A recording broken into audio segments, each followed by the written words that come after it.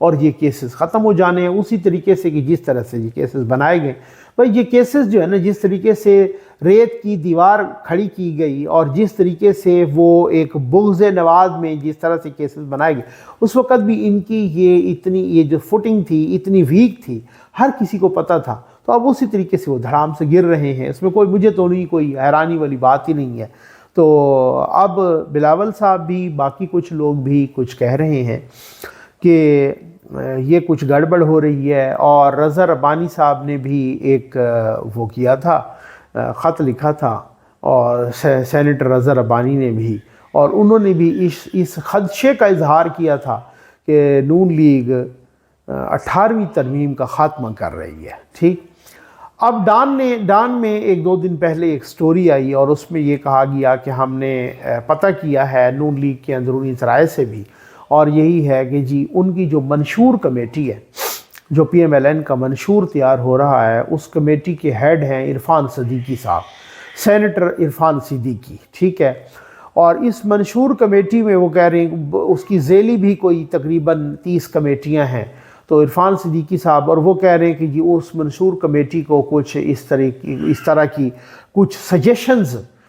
وہ پرووائیڈ ہو رہی ہیں اور مہیا ہو رہی ہیں کہ سجیشنز کچھ اس طرح کی تجاویز کہ آپ یہ جو 18ویں ترمیم ہے اس کو آپ رول بیک کریں، یا پھر جو این ایف سی ایوارڈ ہے اس کو بھی ذرا تھوڑا سا ری اسٹرکچر کریں۔ ظاہر ہے این ایف سی ایوارڈ اصل میں اب میں آپ کو بتاتا ہوں کہ یہ معاملہ ہے کیا۔ یہ 18ویں ترمیم ہو یا این ایف سی ایوارڈ ہو، اور خاص طور پہ 18ویں ترمیم، اور خاص طور پہ 18ویں ترمیم میں جو فائنانس کی تقسیم ہے،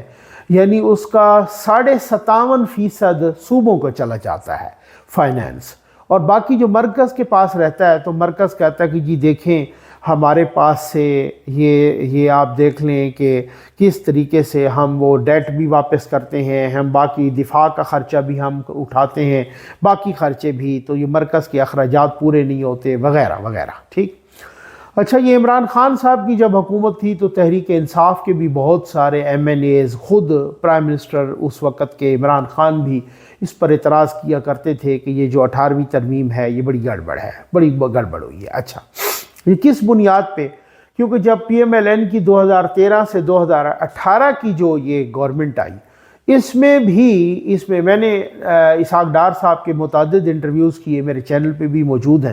اور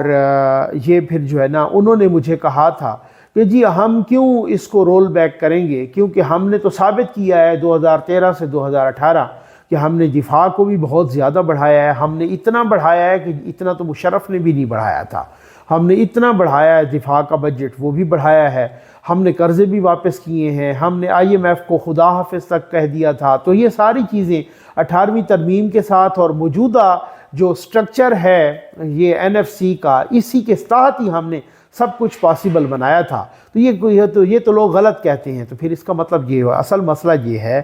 کہ جنرل باجوہ صاحب نے متعدد بار صحافیوں سے بھی گفتگو کی اور سیاسیوں سے بھی گفتگو کی۔ وہ جب بھی صحافیوں سے بات کرتے تو ہر بار ایک بات وہ بڑا کنسسٹنٹ طریقے سے کہا کرتے کہ یار یہ جو 18ویں ترمیم والا معاملہ ہوا ہے نا، یہ سب پاکستان کی تاریخ میں سب سے زیادہ گند اور سب سے بڑا بھانڈ ہوا ہے، اور یہ 18ویں ترمیم ہی پاکستان کی تاریخ میں کوئی سب سے بری چیز ہوئی ہے، کوئی بری ترین چیز ہوئی ہے۔ یہ سارے صحافی گواہی دیں گے، باقی ایسی بات نہیں ہے، میں کبھی شرلی چھوڑنے کا عادی بھی نہیں ہوں، اور وہ جب بھی جاتے تو جنرل باجوہ یوں سمجھ لیں کہ 18ویں ترمیم کو ننگی گالیاں دیتے تھے۔ ٹھیک، تو وہ جنرل باجوہ نہیں دے رہے تھے، بیسیکلی وہ اسٹیبلشمنٹ دے رہی تھی، وہ کنٹرول ٹاور دے رہا تھا، وہ 18ویں ترمیم کو جس طریقے سے تنقید کر رہے تھے وہ صرف جنرل باجوہ نہیں کر رہے تھے، وہ پوری اسٹیبلشمنٹ۔ بعض چیزیں ایسی ہوتی ہیں کہ جو اسٹیبلشمنٹ کی شروع سے لے کر اینڈ تک ایک جیسی ہوتی ہیں، اور جو پالیسی ہوتی ہے صرف وہ پالیسی آرمی چیف نہیں بناتا، وہ پوری اسٹیبلشمنٹ بناتی ہے، پورا کنٹرول ٹاور بناتا ہے، پورا وہ جو ان کا سسٹم ہے وہ بناتے ہیں۔ ایک دفعہ ہمیں یاد ہے کہ ہم نے مشرف صاحب کا انٹرویو کیا تھا اے آر وائی پر، تو پھر اس کے بعد جو ہے نا اسی انٹرویو میں انہوں نے کہا کہ دیکھیں جب ہم نے ان سے کہا کہ جنرل ضیاء الحق تھے تو انہوں نے جو ہے نا اس میں دوسری پالیسی اختیار کی تھی افغانستان میں، جب آپ آئے تو آپ نے پھر کوئی دوسری اس کے الٹ پالیسی اپنائی، انہوں نے کہا آپ کو پتہ نہیں، اور یہ انٹرویو آن ایئر ہوا ہے، آپ اس کو چیک کر لیجئے، یہ موجود ہے۔ انہوں نے کہا کہ جب جنرل ضیاء الحق تھے، اگر اس وقت میں ہوتا تو میں بھی وہی کرتا جو جنرل ضیاء الحق نے کیا تھا، اور اگر جنرل ضیاء الحق اس وقت ہوتے میری جگہ پر تو وہ وہی کرتے جو میں نے کیا تھا۔ تو اسٹیبلشمنٹ کی جو پالیسیز ہیں وہ ایسے ہی ہوتی ہیں کہ وہ کنسسٹنٹ پالیسیز ہوتی ہیں، اور پورے سسٹم کی پالیسی ہوتی ہے، پورے اسٹیبلشمنٹ کی، پورے کنٹرول ٹاور کی پالیسی ہوتی ہے، پوری فوج کی پالیسی ہوتی ہے، وہ پالیسی کسی ایک بندے کی نہیں ہوتی۔ یہ بات ہے۔ اب اسی وجہ سے جناب وہ کہا جا رہا ہے کہ منشور کمیٹی کو گو کہ عرفان صدیقی صاحب نے اس کو نیگیٹ کیا ہے، اس کی تردید کی ہے، اسحاق ڈار صاحب نے بھی کہا ہے کہ ایسی کوئی بات نہیں ہے، لیکن بہت سارے لوگ کہہ رہے ہیں کہ اب اسٹیبلشمنٹ کے ساتھ مل کے نون لیگ، اور ہو سکتا ہے اس کے کچھ حصے منشور میں بھی شامل کر لیے جائیں، اور انہوں نے کچھ لوگوں نے خواجہ سعد رفیق کی کچھ پریس کانفرنسز کا بھی حوالہ دیا کہ جس میں وہ کہہ رہے ہیں کہ جی ہم بہت ساری اصلاحات کرنی ہیں، ہم نے بہت ساری ریفارمز کرنی ہیں، بہت ساری چیزیں کرنی ہیں، بہت ساری امینڈمنٹس بھی کرنی ہیں۔ اس میں یہ بھی امینڈمنٹ ہے۔ آج کے جلسے میں بھی بلاول صاحب نے یہ معاملہ کیا ہے، اور باقی لوگ بھی یہی کہہ رہے ہیں کہ کم از کم جو فائنینشل معاملات ہیں، مطلب 57.5% صوبوں کو چلا جاتا ہے، تو وہ ذرا کنٹرول ٹاور کو قبول نہیں ہے۔ وہ کہتے ہیں نہیں جناب ادھر زیادہ رہے، یا کم از کم 50% رہے، یا 50% سے کچھ زیادہ رہے اور باقی صوبوں کو چلا ہے، کیونکہ جب 18ویں ترمیم ہوئی تو یہ بہت بڑا ایک بینچ مارک تھا، ایک بہت بڑی اچیومنٹ تھی، جس میں صرف پیپلز پارٹی نے نہیں بلکہ 18ویں ترمیم میں نون لیگ کا بھی برابر کا حصہ تھا، اور اسحاق ڈار صاحب بھی اس میں برابر کے حصہ دار تھے، اور وہ آج بھی کریڈٹ بھی آج تک لیتے رہے کہ جی دیکھیں ہم نے 18ویں ترمیم کی اس طریقے سے، اور گراس روٹ لیول پر جس طرح سے ہم نے پروونشل اٹانومی کو جس طریقے سے ہم نے پروونشل اٹانومی کو جو ہے نا اس کو انڈورس کیا، نہ صرف انڈورس کیا بلکہ اس کی بنیاد رکھی پروونشل اٹانومی کی، اور جس طریقے سے ہم نے صوبائی خود مختاری کے وہ چیمپئن بنتے ہیں دونوں جماعتیں، یہ اب انہوں نے وہ دوسرا صورتحال وہ کہتے ہیں کہ جناب اب اگر 18ویں ترمیم میں وہ جو فائنینشل حصہ ہے اگر وہ ریورس ہو جاتا ہے، یا وہ ریورس سے مراد یہ ہے کہ وہ ریسٹرکچر ہو جاتا ہے، اور 45% جناب یہاں صوبوں کو جاتے ہیں اور وہاں پر، یا 40% صوبوں کو اور 60% یہاں رہ جاتے ہیں، تو یہ اس طریقے کا کو کرنے کا کوئی پلان ہے، اور وہ کہہ رہے ہیں کہ یہ اسٹیبلشمنٹ کے ساتھ مل کے، اور چونکہ اسٹیبلشمنٹ کو چاہیے کہ زیادہ فنڈز یہاں رہ جائیں، اب اگر پتہ نہیں ان کو کیوں چاہیے، یہ آپ خود سمجھدار ہیں، تو وہ اگر ان کو چاہیے کہ زیادہ فنڈز یہاں رہ جائیں اور صوبوں کو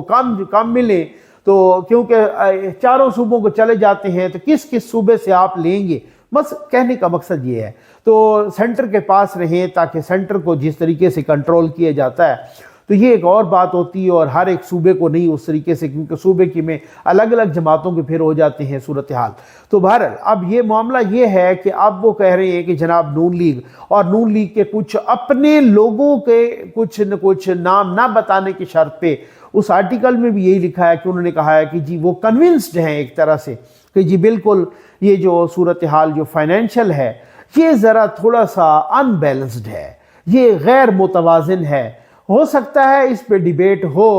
اسی وجہ سے وہ بہت زیادہ کانفیڈنٹ بھی ہیں کہ پارلیمنٹ میں ہماری کم از کم سادہ اکثریت تو آ جائے گی، جب ایسی چیزیں کروانی ہیں تو پھر ڈیفینیٹلی سادہ اکثریت تو آنی چاہیے، ٹھیک ہے نا، پھر اس طریقے کی تو ساری صورتحال ہونی چاہیے، پھر تو میں تو پہلے بھی کہتا ہوں بھائی، بہت سارے تحریک انصاف کے دوست ہیں، بہت سارے یوتھیے دوست ہیں، وہ کہہ رہے ہیں کہ جناب آپ اس طرح کی بات کرتے ہو، بھائی میں نے کبھی بھی اس طرح کی بات نہیں کی، میں نے بالکل فیکٹس پہ بات کی ہے، میں نے بالکل حقائق پر مبنی بات کی ہے، میں نے کبھی کسی کو چونا نہیں لگایا۔ دوسری بات یہ ہے، میرے اپنے جتنے بھی محترم ویورز ہیں، تھوڑی بہت کبھی irregularity ہو جاتی ہے، انشاءاللہ اب آپ سے ایک پرامس ہوا کہ بھائی جس طرح سے بھی ہوگا میں اپنی مصروفیات کو، نجی مصروفیات کو بھی، کچھ ایک دو چار روز سے میری طبیعت بھی ناساز تھی، لیکن کسی بھی حوالے سے اس کو میں پاسبل بناؤں گا کہ آپ کا یہ جو خبروں کا، تجزیوں کا یہ سلسلہ ہے، یہ کسی بھی حوالے سے ڈسٹرب اور ڈسٹرپ نہ ہو، اور انشاءاللہ یہ اسی طرح سے آپ تک بغیر کسی رکاوٹ کے اور بغیر کسی وقفے کے اسی طرح سے جاری رہے، اور آپ کے اعتماد کا بھی آپ کی محبتوں کا بھی بہت بہت شکریہ۔ اللہ تعالیٰ آپ کو جزائے خیر دے، اللہ تعالیٰ آپ کو خوش رکھے۔